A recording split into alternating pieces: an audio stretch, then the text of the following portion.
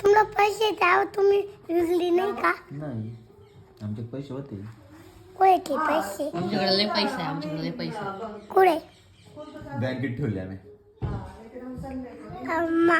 कुरकुड्यामध्ये पैसे मिळाले मी ते एका बाबाला दिल्यावर आणि एका बाबाला गाडी भेटून दिली. गाडी भेटून दिली.